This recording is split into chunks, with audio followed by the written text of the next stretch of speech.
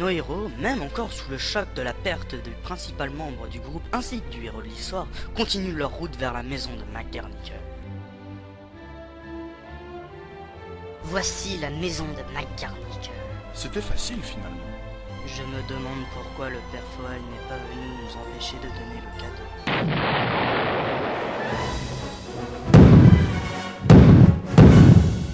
Pauvres petits humains, vous ne pouvez rien contre moi.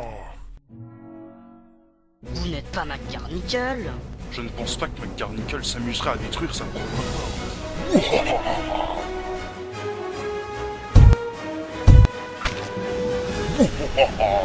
Ce cadeau est pour moi. Il a pris le cadeau de McGarnagle. Mon cadeau. Dommage, j'aurais essayé. Vous ne pouvez rien faire contre moi, vermine humaine. Mais quelle est cette mélodie? Elle en jette un max. Une intro pareille, ça ne peut être que...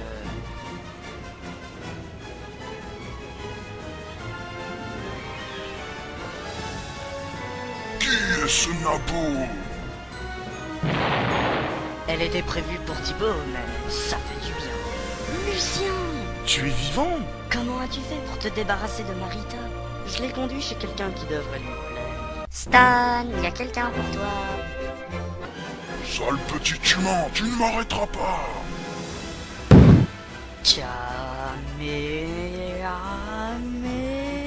On n'a pas de super pouvoir. Putain, t'es vraiment trop chiant. Non.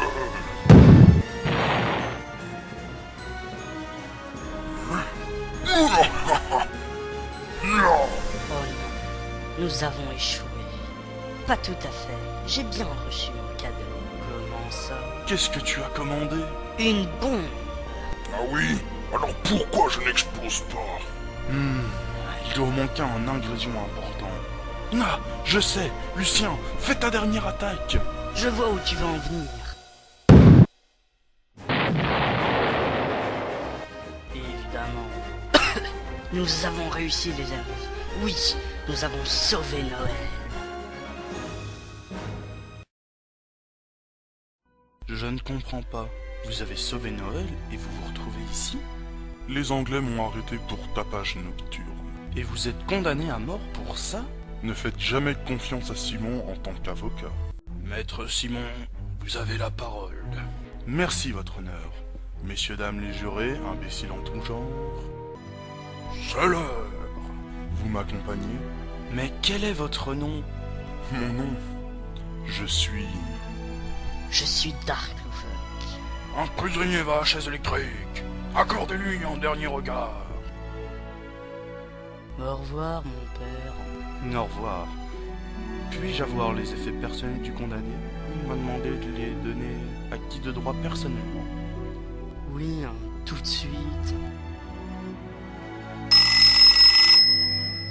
Allô? Mon gouverneur, il n'est pas trop tard. Le gouverneur vous demande de tenir ça. Ah, votre perruque. Une minute. Lucien ne porte pas de scotch sur la bouche. Il s'est échappé. Bon Dieu, donnez-moi ça. Philippe, tu peux y aller. Quoi, mais...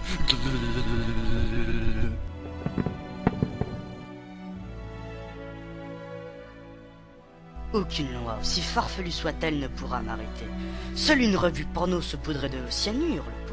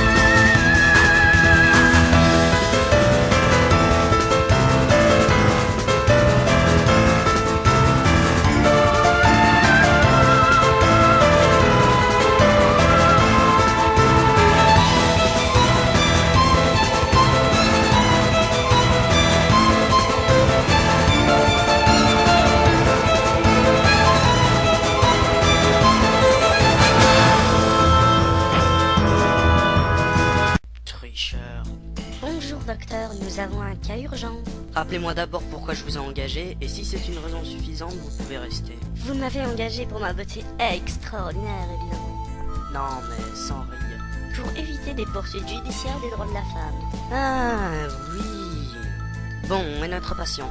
Laurie, sexe masculin, ne présente aucune blessure au niveau du gland et aucune impuissance, mais souffre d'une défaillance de la perve au gland. À mon avis, il ment. Aucun homme ne peut se retenir d'être un gros pervers. Il est peut-être gay. Je pencherais plutôt pour un truc environnemental. Ses parents sont sûrement très stricts. Oh là, doucement. Docteur Simon et Docteur Pierre, allez chez lui et fouillez son ordi et son lit. Faites des analyses de pyjama au labo. Ok. Et vérifiez bien les mouchoirs. Si ça colle, c'est pas de la morve. Elena, faites un striptease pour vérifier son authenticité sexuelle. Si elle est positive à l'homosexualité, donnez-lui les magazines appropriés. Bien. Quand vous aurez vérifié tout cela, faites aussi une perf de Viagra en intraveineuse. Faites un scanner du pénis et envoyez les radios au Docteur Thibault. Il nous dira si la pervers au gland est touchée. Oui. Ah, j'avais oublié. Le docteur Stacy vous demande dans son bureau. Encore? C'est pire que de rendre visite à un squelette sodomite. Enfin, c'est le patron. Tenez-moi au courant. Ah, docteur Loufoque, enfin. Désolé, mais on a un cas de pervers glandier. Détérioration de la pervers au gland. On attend les résultats du scanner du pénis. Vous vouliez? Je voulais savoir si vous aviez réglé le problème Pierre. Oui, c'est bien un homme. Vous me devez 50 €. Ah, zut. Bon, vous pouvez y aller. Je détruirai ces 50 € sur les 3000 boîtes de capotes que vous avez subtilisées sous votre chemise l'autre mois. Bon, quoi de neuf? Oui, c'est bien ce que tu pensais. Ce type a bel et bien un problème de perversité. Il ressort au niveau des testicules.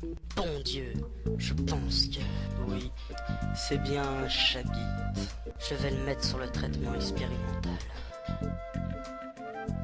Eh bien moi, j'ai peut-être pas joué à Mario, mais au moins à Tetris, j'arrive au niveau 5. Et alors, je suis arrivé au niveau 7 une fois. Fermez-la, franchement, pour un niveau si bas, vous valez pas mieux qu'un débile. Même Renaud arrive au... Mais bien sûr! Quoi? Je sais ce qu'a le patient. Il joue trop à Tetris? Mais non, le patient est une renogiellose. Mais pour cela, il faudrait qu'il soit une victime. Il ne s'est jamais fait prendre en train de mater. Sauf s'il n'a jamais maté. Si le patient a une copine, pas la peine. Si on ne perçoit aucun symptôme de victimisation, ça colle. Mais les revues porno auraient dû le détecter. Sauf si la dose de Viagra que nous avons envoyée a été bloquée par les bactéries de régénérose. À ce moment-là, les bactéries s'occupant du Viagra n'ayant pas occupé le pénis pendant le test, les revues porno n'auraient jamais rien pu nous dire. Et en plus, il y a un traitement pour ça. J'arrête le Viagra et je lance un test. J'ai bien aimé cet épisode. Chut, il y a une pub intéressante.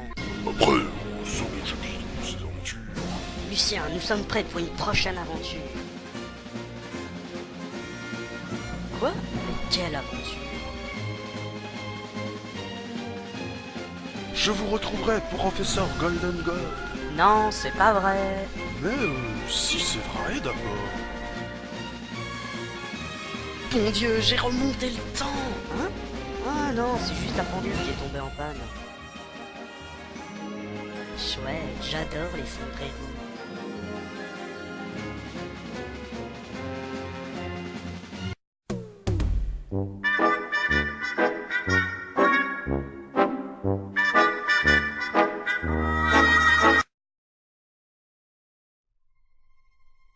Je me demande ce que Lucien fait en ce moment. Je sens que je vais sortir mon pire secret. Dans le doute, il vaudrait peut-être mieux que je ouvre cette porte. Oh non! Non, pas lui!